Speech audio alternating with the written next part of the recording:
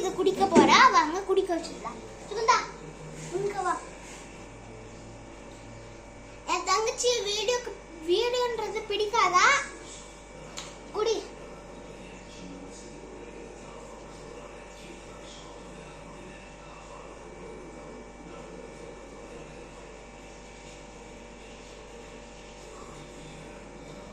இங்க வந்து சொல்லு. எப்படி இருக்கு சிக்கன் ஒரு ஜூஸ்? எப்படி இருக்கு? ஃப்ரெண்ட்ஸ், என் தங்கச்சி சூப்பரா இருக்குன்னு சொல்லிட்டு நீங்களும் வீட்ல ட்ரை பண்ணுங்க. ஏலக்காய் போட்டேன்.